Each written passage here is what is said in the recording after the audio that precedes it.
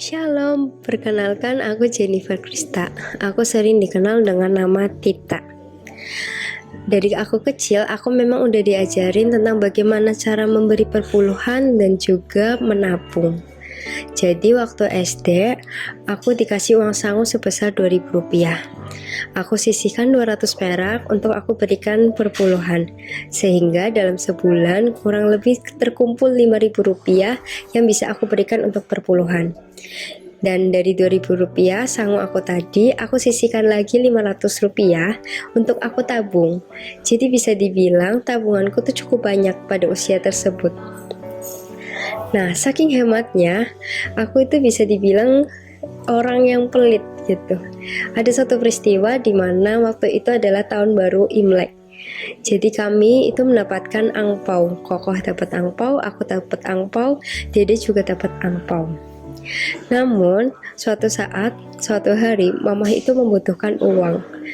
Dan yang aku lihat, Mama itu nggak pinjam ke aku, nggak berani pinjam ke aku. Mama hanya pinjam uang ke Koko dan juga ke Dede. Mungkin Mama juga tahu kalau pinjam ke aku nggak akan kasih gitu. Jadi di situ aku juga sadar kayaknya memang ada sesuatu yang nggak beres dan yang harus diubah dari hidup aku.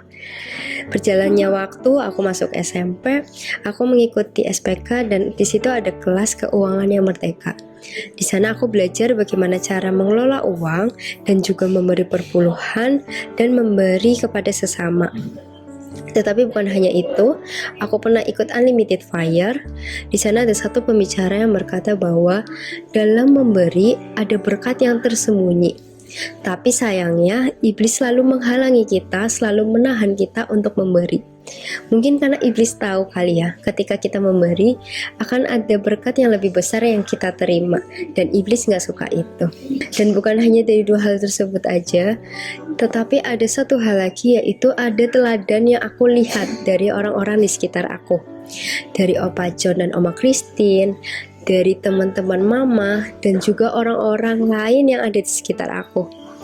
Aku tuh sering berpikir, kok bisa ya, aku yang bukan anaknya, aku yang bukan siapa-siapanya, aku bukan keponakan mereka, tapi mereka mau mengorbankan uangnya dan diberikan kepada aku. Bahkan bukan cuma aku, tetapi Koko dan Dede juga. Jadi yang aku rasakan, keluarga kami tuh gak pernah kekurangan. Dari hal itu akhirnya aku mulai digerakkan untuk memberi dari hal yang kecil sampai akhirnya aku bisa memberi kepada orang yang gak aku kenal gitu. Jadi Mama sebenarnya adalah saksi hidupku ya. Dulu itu Mama yang kayak takut meminjam uang ke aku, sampai sekarang tuh aku kalau lagi ingin ngasih ke seseorang, Mama sampai tanya gitu, kok bisa sih Ci ngasih gitu, kenapa gitu.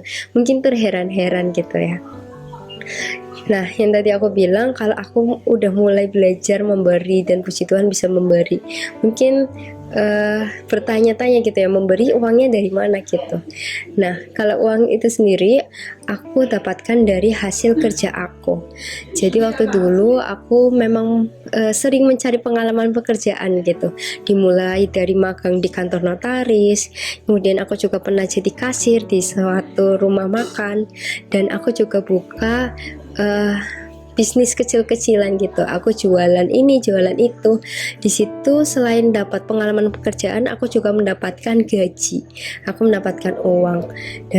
Dari hal yang aku dapatkan, aku percaya karena aku memang masih tinggal sama orang tua gitu ya. Jadi belum banyak kebutuhan yang memang aku butuhkan yang urgent banget. Aku di situ memberi.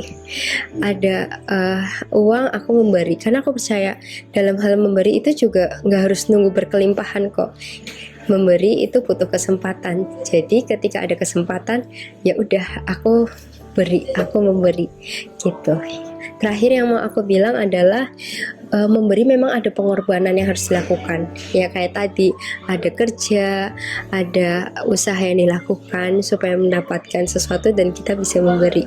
Tetapi dari pengorbanan yang dilakukan, maka ada berkat yang tersembunyi yang aku terima. Ada sukacita, ada damai sejahtera, dan pastinya Tuhan gak pernah berhutang dan Dia selalu menepati janjinya, yaitu tidak akan membiarkan anak cucunya meminta-minta. Sekian kesaksian saya. Semoga memberkati semua. Tuhan Yesus memberkati.